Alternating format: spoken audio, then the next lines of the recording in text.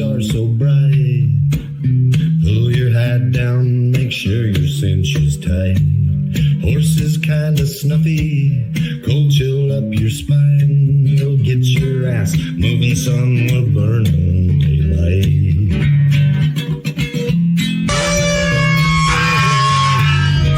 Howdy there, I'm Matt McKinley and we're burning daylight. In the saddle till the job's done right. Welcome to Burning Daylight, the only podcast for the working cowboy. Well, howdy there, daylight burners. Happy Monday. Recorded earlier, did some cool shit on my new studio, and then it didn't. It recorded, kinda. I got the audio version. I may put that out. I don't know. Technology. But hey, we're getting there. Almost there. But this is the Friggin Farm and Ranch Report for Monday, April 20th, 2026. It is 4:20. If you're smoking weed, good on you. If you're not, good on you. If you're still celebrating 420 for any of the reasons, maybe look at not. It's especially if you're over the age of, I don't know, 25 or so. Anyhow, all right, so let's get into the show. Got a couple big stories this week from this weekend. Number one, the U.S. Navy shot a hole in an Iranian cargo ship on Sunday, and then we took it, because why not? Iran is vowing retaliation, and the ceasefire expires on Wednesday. On the second story, the cattle on feed numbers came in Friday afternoon, and it was bullish. March placements were down almost 8% year over year. The second lowest for the month since 1996. The pipeline is getting tighter on the cattle supply. And finally, despite the bullish fundamentals, cattle sold off all last week, and they were selling again today. June fat's down about $1, and the feeder's down $2 to $3. DTN is asking this morning as to whether the spring cash has topped off. I don't think that it has. We'll talk about why, but let's get into it. But before we do, we gotta pay some bills, you know, and we gotta talk about our friends over at Lone Star Stockyards. I'm trying to find my tab here. All right, here we go. Boom. Lone Star Stockyards there out of Wildorado, Texas, just outside of Amarillo. Got a sale coming up tomorrow, Tuesday, as you're probably going to be listening to this, getting it out late again. But sale on Tuesday. They got a delicious Mexican food truck at every sale. Starts at 11 a.m. Central. Special sales coming up. We got the Texas Angus Association feeder calf sale on May 5th, and again October 6th and December 1st. And then they got horse sales going on throughout the year. They do run some loose horses through the ring, but mostly they focus on their catalog sales. Just finished up their spring sale, and it was in good shape. They're over on Atkinson Road there in Wildorado. You can call Bill Martin. He's the owner of the outfit, 970-302-5834. Or Sheldon Field is the yard manager, 806-736-0040. Or the office, 806-677-0777. So thanks to Lone Star Stockyards. Make sure you go check them out at the sale. You can watch them live as well and bid live, but go put your ass in the seat, bid on some cattle, and let them know that you heard about it on the Burning Daylight show on the Friggin Farm and Ranch Report. And then also we've got up in Nebraska off of Highway 20, the old reliable Atkinson livestock market. Got a sale today, Tuesday, April 21st. If you're listening, they got their special bred cows and pairs auction with a 9 a.m. weigh up, 12 noon for the breeding, and they got a lot of cattle already consigned. So check that out.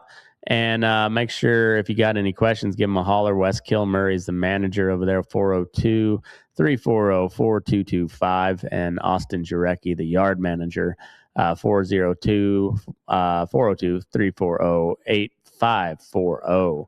And appreciate you can check them out at atkinsonlivestock.com, and the same way with Lone Star Stockyards.com on that end. So all right, let's get into the show. We got a packed house. Yeah, we got a lot going on. So we'll start with the cattle sell-off. Last week, June live cattle dropped $1.85. April dropped $1.82, and May feeders got hammered. They were down 707 on the week. Today it was more of the same. Fats down a quarter to $1 at midday, and the feeders down 82 to 310, or $1.82 to 310. But on the cash side, take a look at that. Last week, Southern live cattle traded at mostly 248. So that's steady to $2 higher in the Texas Panhandle, unevenly steady in Kansas, and steady to $1 lower in Nebraska. Dress cattle held at 388. That was steady to $1 lower. So the cash trade held pretty solid. Box beef on Monday morning is strong. Choice up $2 to 383.06, and select was up 592 to 382.52. So the choice select spread collapsed just 54 cents, meaning that the demand is strong across all grades, not just the premium cuts.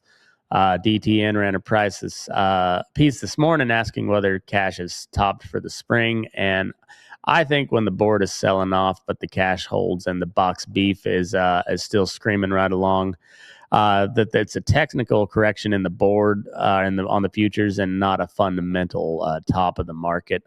The selling, I think, is going to exhaust itself. So open interest slipped again, which tells you that the longs are exiting positions and not new shorts piling in. So when the technical selling is done, the fundamentals will go ahead and reassert. Reassert. On the grain side, corn pulled back late last week. May closed Friday at 448 and 3/4, up a quarter cent. Cash corn at 412 and 3/4. July at 458. So we're back below the 450 feeder pain threshold. So giving those feeder guys a little bit of margin relief. KC wheat was pretty volatile last week on the expanding drought in the Western Plains, and that story is not going away anytime soon. It don't look like. But energy was where all the main action was. Oil crashed 11.54% on Friday when Iran opened the Hormuz Strait. West Texas index closed around 83, but on Saturday it ran reversed course and closed the strait again. And then on Sunday we seized an Iranian ship, and oil should probably bounce back on that re-escalation. The gasoline national average dropped to 442. What is that say? Dropped to 404. Yeah. So 4042 according to so 404. And diesel was at 561 as of last week's data. If oil bounces back on the ship seizure, I don't expect the diesel prices to drop anytime soon. Okay. Cattle on feed report was a pretty big one. It dropped Friday, and I was not able to get that read and put out a show before we left Sacramento to watch the A's go ahead and lose. But on a bright note, I did get to read the report, and then I got to see that Murakami, the Japanese slugger that the White Sox signed this year, hit one over the damn batter's eye in Sacramento. I think it was like 430 feet, but that thing was just a piss missile. Sounded like a gunshot from where we were sitting in right center, but that's neither here nor there.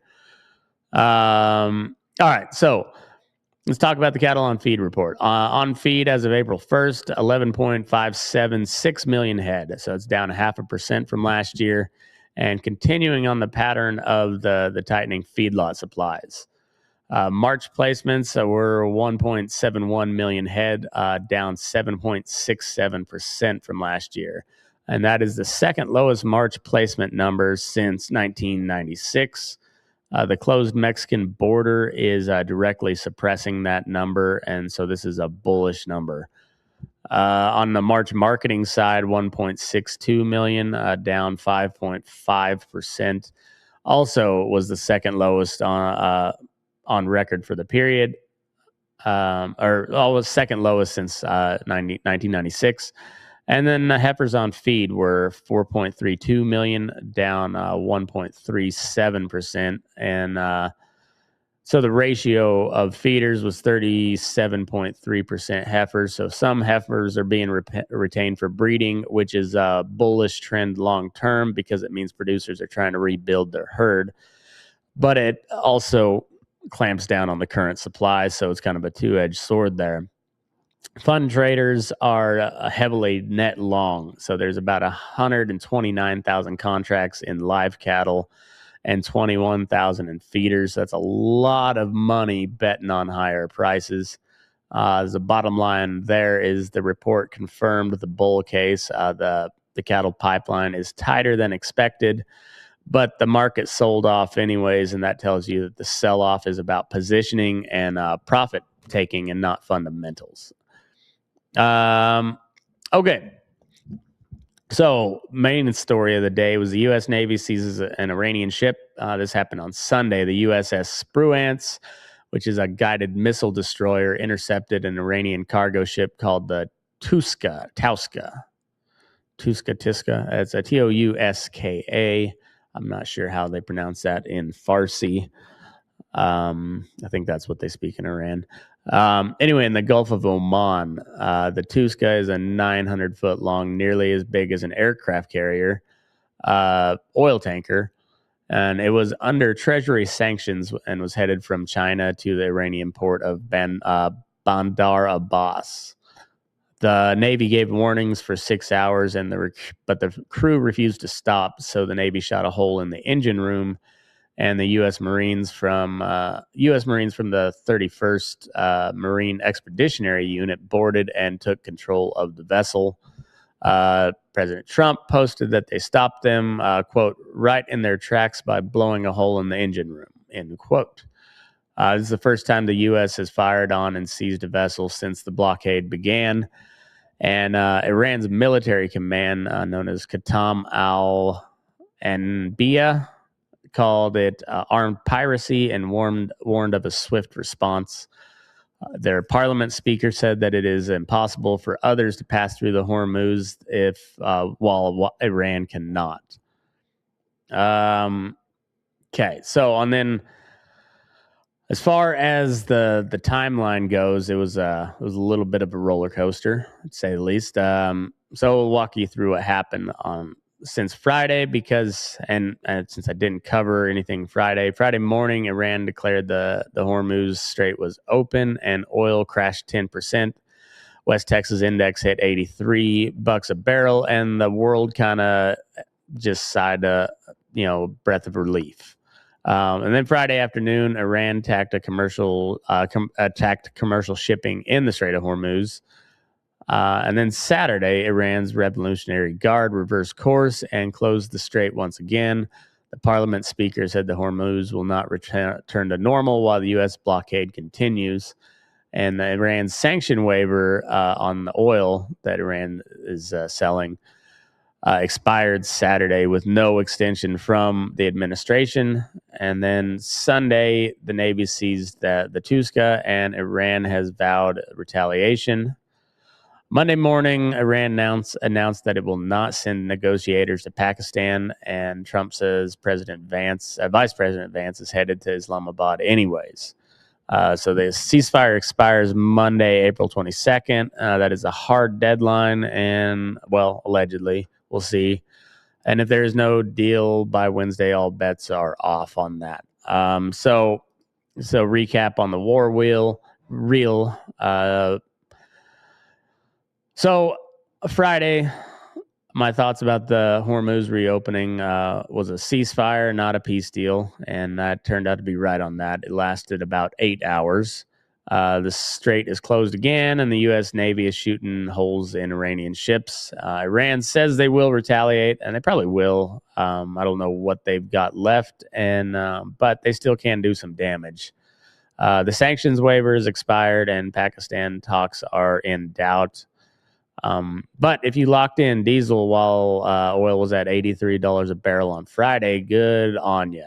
And if you didn't, you might be looking at $6 diesel again by the end of the week, depending on what happens on Wednesday, and that's where it all hangs on. So your diesel price, your urea quote, and every load of cattle you haul is all kind of waiting to see what the hell is going on come Wednesday.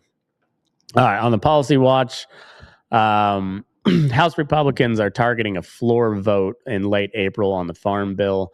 The Senate's Senator Boozman says the Ag Committee could start within weeks, but immigration and reconciliation bills are crowding the calendar because I think the government's still shut down. Kinda, I don't know.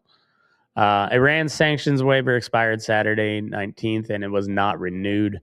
So that further squeezes Iran, whose economy is in pretty dire straits at the moment. The USDA published new NEPA environmental review regulations on April 7th, affecting Forest Service projects and grazing permits.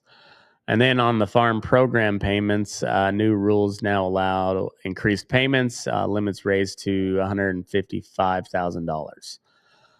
All right, let's look at the drought monitor because it's pretty tough out there. The Southeast drought is now in the worst since the U.S. drought monitor began in 2000, so take that with a grain of salt. It's only 26 years. It does give you some good data, but to say it's the worst on record is, well, possibly truthful. It's a little bit misleading because our record's not very long.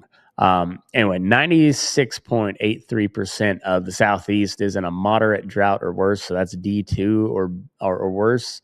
81.75% is in severe drought or worse. So that's that is pretty alarming, and it is unprecedented. Again, only 26 years of data that we're looking at, but still, it's a first. Soil moisture is non-existent in many areas, and pasture conditions are poor to quite poor. Producers have been feeding hay since last fall, and stock ponds are running pretty low.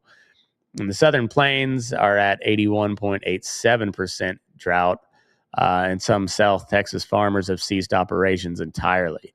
Winter wheat and oats are severely stressed, and many fields are being grazed out by livestock rather than being harvested for the grain. On the national level, 51% of the lower 48 is in moderate drought or worse. That is up almost 13% since last month.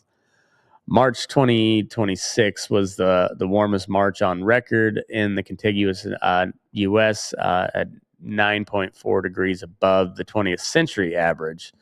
So if you're a cow-calf producer in the Southeast or the Southern Plains, water and forage are an immediate crisis, most likely. The high cattle prices really don't help you if you don't have any way to keep them fed and watered. All right.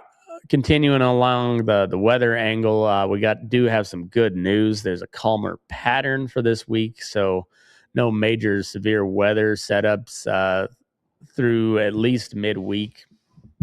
Friday's severe weather was as bad as forecasted. The tornado, there was a PDS tornado warning in Wisconsin, tornado watch for Illinois and Missouri, and 85-mile-an-hour wind gusts across eastern Kansas and western Missouri. The week produced over 630 severe weather reports and more than 40 tornadoes. That's a lot of freaking funnel clouds. Precipitation outlook for April 21st through the 27th favors above normal rain for central and southern plains and parts of the southeast, so that could provide some much-needed drought relief. But the western plains remain stubbornly dry, so if you're grazing in western Kansas, Oklahoma Panhandle, or eastern Colorado, my old stomping grounds, conditions are getting tighter. All right, so we'll round it out with on this day in sports. Where are we at? Okay, so on this day, April 20th, 2010, the Deepwater Horizon oil rig exploded 40 miles off the Louisiana coast. It killed 11 men, and the subsequent spill was over 200 million gallons, and it was the largest marine oil spill in U.S. history. And then 15 years later, to the day, the U.S. Navy is shooting holes in Iranian oil ships over oil access. So some things just don't really change. Situations may be a little different, but the long run, still oil on top of the water. I don't know if there was any oil leaking from that ship that we took over. I think maybe it was empty. I got to read more in detail on that. Also on this day in 1821, Franz Karl Achard, Achard, Achard, he died. He was a German chemist who produced the first commercial process to produce sugar from sugar beets and established the first sugar beet refinery in 1802. Sugar beets are still a major crop in the northern plains through Montana, North Dakota, Minnesota, and Wyoming. Helped get the beef cattle industry started in those northern plains states, being able to feed sugar beets throughout the winter. And in 1862, the first pasteurization test was completed by Louis Pasteur and Claude Bernard, and it was a major catalyst in the foundation of modern food safety. On the sports note, the A's won tonight. They lost the series against the White Sox. It was a little bit of a come down to earth week at home for them. They split the series with Texas and then lost 2 out of 3 to the White Sox, who are not a particularly good team, but they're playing some decent ball right now. And they've got some fun pieces. And we had a good time at the ballpark, although they got their ass whooped 8-1. But they bounced back the next day, lost again on Sunday, and then they just took game 1 of a 3-game set in Seattle bringing their record to 11-10 with a half game up on the Texas Rangers for the lead in the AL West. It's a good day to be an A's fan. The Rockies took 2 out of 4, split the series with the Dodgers, which is no small feat. So hats off to the Rockies, on to comparatively a hot start compared to last couple of years. So good news on the baseball front if you follow those particular teams. But if I don't know how your team is doing, probably not very good, because if I've learned anything in life, that baseball is going to disappoint you at some point. But I think that's all I got for you. Make sure. What do I got on this last slide? Okay, so to close it all out, the cattle on feed report confirmed what we already knew. The cattle pipeline is tight and is getting tighter, much more so than we originally thought. It's the second lowest March placements since 1996. But the market sold off anyway, and that tells you that this pushback is about cushioning and not fundamentals. When the technical selling is done, the fundamentals reassert, so be patient on that end. The bigger risk this week is Wednesday, and that's when the ceasefire between us and Iran expires. So if Iran retaliates for the ship seizure, and if the Pakistan talks go nowhere, you could see oil back at $100 a barrel and diesel back at $6 a gallon by Thursday. So watch the news. The Southeast drought is record-breaking and getting worse, but it looks like maybe some help is on the way later this week. That's all I got for you. So subscribe to the channel if you haven't. Share it with your neighbors. Share it with your grandma. She'll probably find me hot. Check the month. Check the dashboard at burnin-daylight-report.vercel.app. That's VERCEL.app. It's $20 a month, and it gets you the Freedom Framework scores and the daily call with all the confidence ratings and all of the data that goes with it. You can export that so you can check it out for yourself. Also get access to the A Man About a Horse app, which I think is going to be a really, really neat tool for helping you price out your horse in the future. But go follow me on all the social medias, like, subscribe, rate, review, and go check out Substack, burninDaylight.substack.com. Subscribe there. You get a deal on all the apps, and then you get all the information that I use to put these shows together. You get in one nice, neat little post, and it helps me keep this thing going. So I appreciate y'all for tuning in, and go A's, go Rockies, go America. Hopefully we get this shit up in Iran wrapped up soon. I'm not holding my breath on it, but I'm hopeful. Anyhow, that is all I got for you. So move your ass. We're burning daylight.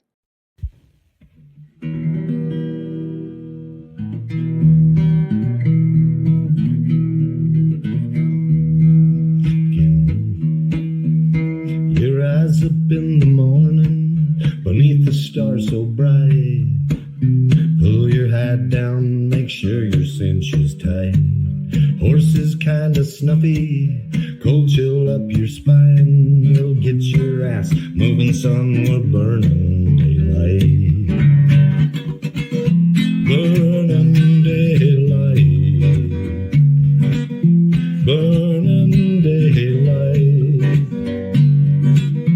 In the saddle till the job's done right.